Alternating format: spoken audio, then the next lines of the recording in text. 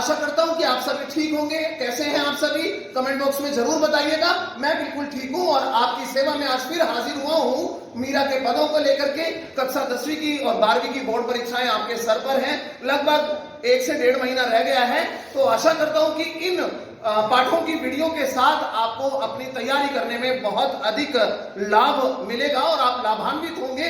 तो आज मैं आपकी सेवा में हाजिर हूं अपने चैनल पर वीडियो लेकर के मीरा के पदों की। तो मीरा के विषय में जान लेना बहुत आवश्यक है।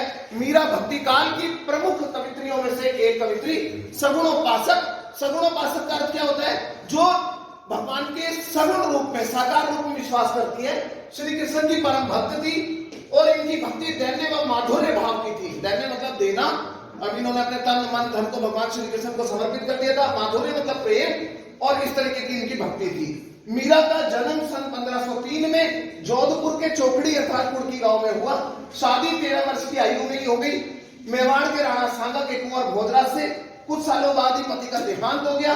राजसुख का त्याग कर दिया, ससुराल वालों ने अत्याचार किए, राजसुख का त्याग किया और साधु संतों की संगत में चली गई। भाषा इनकी पदों की राजस्थानी, ब्रज, गुजराती का सम्मिश्रण है। सम्मिश्रण मतलब मिक्सअप। पंजाबी, खड़ी बोली और पूर्वी का प्रयोग भी इन्होंने कहीं कहीं किया है। और इनकी मृत्यु सन 1546 में हुई। तो प्यारे बच्चों, भगवान श्री कृष्ण की परम भक्त थी मीराबाई। जब भी मीरा का नाम आता है तो भगवान श्री कृष्ण की स्मृति अकस्मात ही हो जाया करती है। तो आपकी कक्षा में जो पद हैं उनमें मीराबाई ने बताया कि कैसे भगवान को उसने तरह तरह के उदाहरण दिए, भगवान श्री कृष्ण को, कि किस रूप में भगवान ने किसकी मदद की। और मीरा भी मदद मांगने के लिए तत्पर है कि भगवान को कह रही है कि मेरी लाज भी अब आपके हाथ में है। और दूसरे पद में मीरा ने भगवान श्री कृष्ण के रूप सौंदर्य का वर्णन करते हुए अपने मन की इच्छाओं को भगवान के समक्ष व्यक्त किया है। तो आइए शुरू करते हैं। आपके जो पद है, पहला पद है, हरि आप हरो जनरी भीर। हरि भगवान श्री कृष्ण, आप हरो, हरो मतलब दूर करना, जनरी जनता की, लोगों की, भीर परेशानी। हे प्रभु, हे श्री हरि, आप लोगों की परेशानियों का निवारण करने वाले हैं, परेशानियां दूर करने वाले हैं। अब देखिए क्या उदाहरण दिया बेटा। द्रौपदी री लाज राखी, आप बढ़ायो चीर। चीर मतलब वस्त्र। द्रौपदी को भरी सभा में निर्वस्त्र होने से आपने बचाया था। यानी जब दुशासन उसको वस्त्रहीन कर रहा था तो उस वस्त्र को आपने बढ़ा दिया था। द्रौपदी ने पूरे तरीके से अपने आपको समर्पित कर दिया था। उसने जनता से मदद मांगी राजमहल के अंदर, लेकिन किसी ने भी उसकी मदद नहीं की। अंत में हार कर उसने आपका सहारा लिया और आपने द्रौपदी के चीर अर्थात वस्त्र को इस तरीके से बढ़ा दिया कि उसकी लाज भरी सभा में बचा ली। तो आप मेरी भी लाज बचाएं। फिर क्या बोला कि भगत कारण रूप नरहरि धरियो आप शरीर। भक्तों के कारण ही आपने नरहरि का रूप धारण किया, भगवान नरसिंह का रूप धारण किया। इसके पीछे भी एक कथा है जो मैं आपको बता रहा हूं। हिरण्यकश्यप के बारे में आपने सुना होगा। एक बहुत बड़ा राक्षस था और उसका एक पुत्र था जिसका नाम प्रहलाद था। प्रहलाद भगवान का परम भक्त था और वो भगवान श्री हरि की तपस्या में लीन रहता था, उनकी पूजा पाठ करता था। और हिरण्यकश्यप को ये सब चीजें गवारा नहीं थी। वो तरह तरह के अत्याचार बचपन से ही उस पर करता रहा था। जलते हुए खंबे के साथ बांध दिया, पहाड़ से नीचे फिकवा दिया, पागल जानवरों के सामने उसको रखवा दिया कि जिससे कि ये मर जाए, लेकिन भगवान ने उसका बाल भी बाका नहीं होने दिया।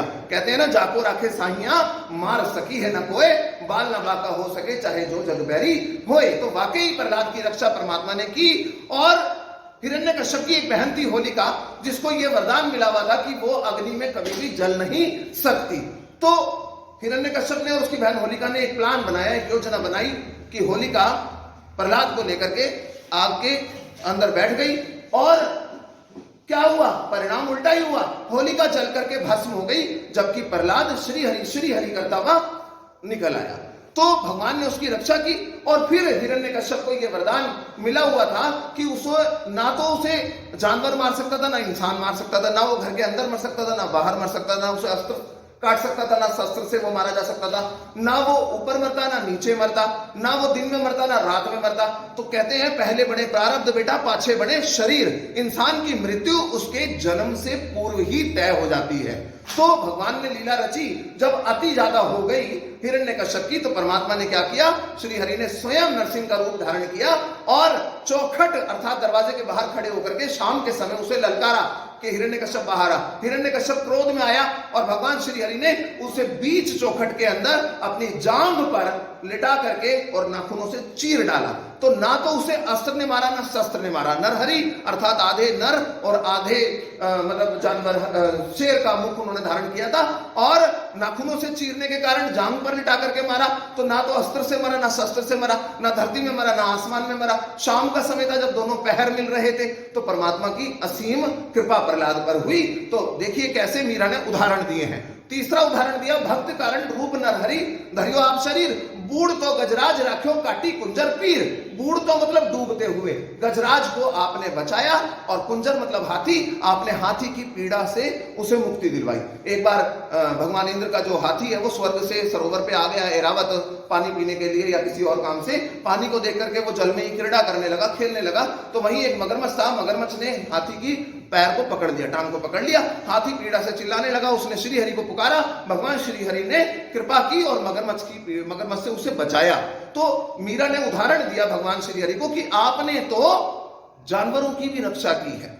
तो मीरा ने क्या बोला कि दासी मीरा लाल गिरधर हरो मारी पीर, कि मीरा तो आपकी दासी है प्रभु, मेरी परेशानियों का निवारण आपके सिवा कोई और नहीं कर सकता, आपको ही मेरी परेशानियों का निवारण करना होगा।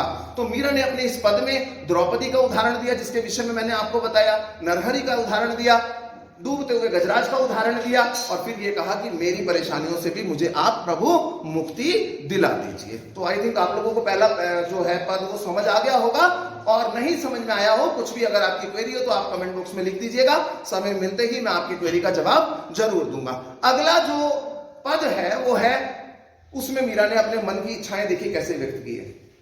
श्याम माने चाकर राखो जी, श्याम अर्थात भगवान श्री कृष्ण, माने मुझे, चाकर नौकर, राखो जी रख लो, हे श्याम, हे प्रभु, हे बनवारी, मुझे अपने दर का नौकर बना लो। गिरधारी लाला माने चाकर राखो जी, हे गिरधारी लाल, माने मतलब मुझे, चाकर मतलब नौकर, मुझे अपने घर का नौकर बना लो, मुझे नौकर रख लो। चाकर रहसू बाग लगासू नितुठ दर्शन पासू, चाकर रहसू, रहसू मतलब रहकर, नौकर रहकर मैं आपके बाग बगीचों की रखवाली कर दिया करूंगी, आपकी मालिन बन जाऊंगी और नित्य उठ करके यानी प्रतिदिन आपके दर्शनों का लाभ प्राप्त करूंगी। वृंदावनरी कुंज गलिन में गोविंद लीला दासू, वृंदावन की कुंज मतलब नैरो स्ट्रीट्स, कुंज गलियों में, तंग गलियों में भी मैं आपके नाम का प्रभु गुणगान किया करूंगी। चाकरी में दर्शन पासू, पासू मतलब पाना, चाकरी अर्थात आपकी नौकरी करते वक्त मैं आपके दर्शनों का लाभ तो लूंगी ही लूंगी, और सुमरण पासू खर्ची, सुमरण में मुझे खर्ची भी प्राप्त हो जाएगी जो दुनियादारी के कामों में भी मेरी मदद करेगी।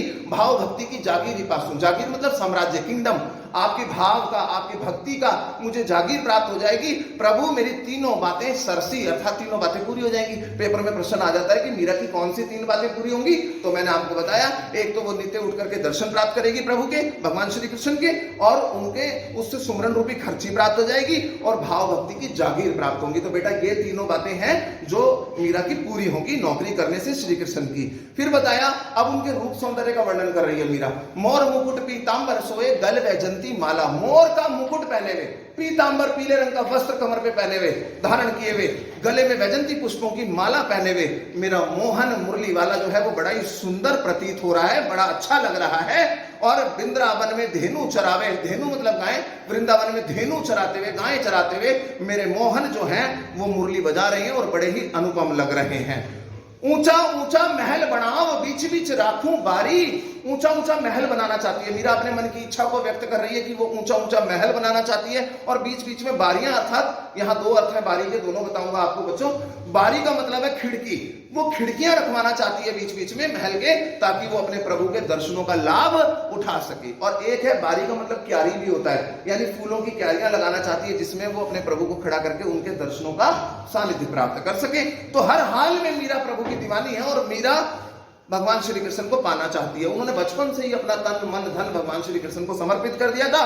फिर कहती है सांवरियारा दर्शन पासु पहर कुसुम्बी साड़ी, कि अपने सांवरे के सांवला वर्ण है ना भगवान श्री कृष्ण का, अपने सांवले के दर्शन पाऊंगी मैं कुसुम्बी अर्थात लाल साड़ी पहन करके, यानी भगवान की दुल्हन बन करके मैं उन्हें पाना चाहती हूं। आधी रात प्रभु दर्शन दीजो जमुना चीरे तीरा, आधी रात के समय प्रभु मुझे दर्शन देना जमुना जी के किनारे पर, यमुना नदी के किनारे पर मैं आपके दर्शन प्राप्त करूंगी।